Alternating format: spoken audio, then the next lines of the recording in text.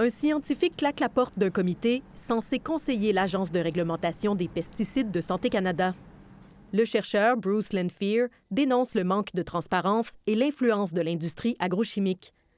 Il démissionne puisqu'il craint que son rôle en tant que coprésident procure un faux sentiment de sécurité pour les Canadiens.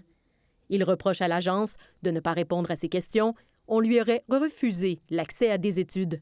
Il est tout à fait inadmissible qu'une instance qui relève de Santé Canada refuse de donner à des chercheurs des informations essentielles pour l'analyse des dossiers. Dans chacune des décisions de Santé Canada, il y a l'emprise des vendeurs de pesticides. Du coup, ça fait vraiment écho à ce qu'on demande depuis plusieurs années, une réforme.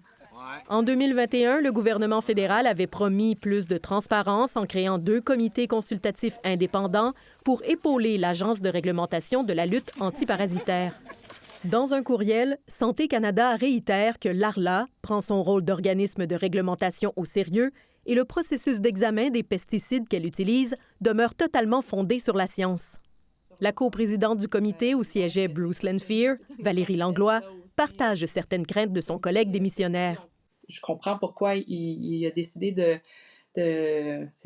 partir du comité.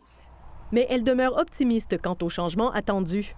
Tout est nouveau dans ce processus-là de transparence. Donc, il y a une volonté de transparence, mais c'est une grosse machine. Alors, ça prend du temps pour pouvoir faire cette transformation-là. C'est sûr que ça amène beaucoup de questionnements, puis ça amène de l'ambiguïté, puis tout ça, je veux dire, ça vient affecter la confiance des consommateurs. Santé Canada affirme avoir déjà embauché un nouveau coprésident.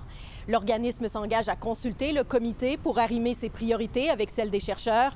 La démission de Bruce Lanphier n'aura peut-être pas été vaine. Ici Marie-Josée Paquette-Comeau, Radio-Canada, Montréal.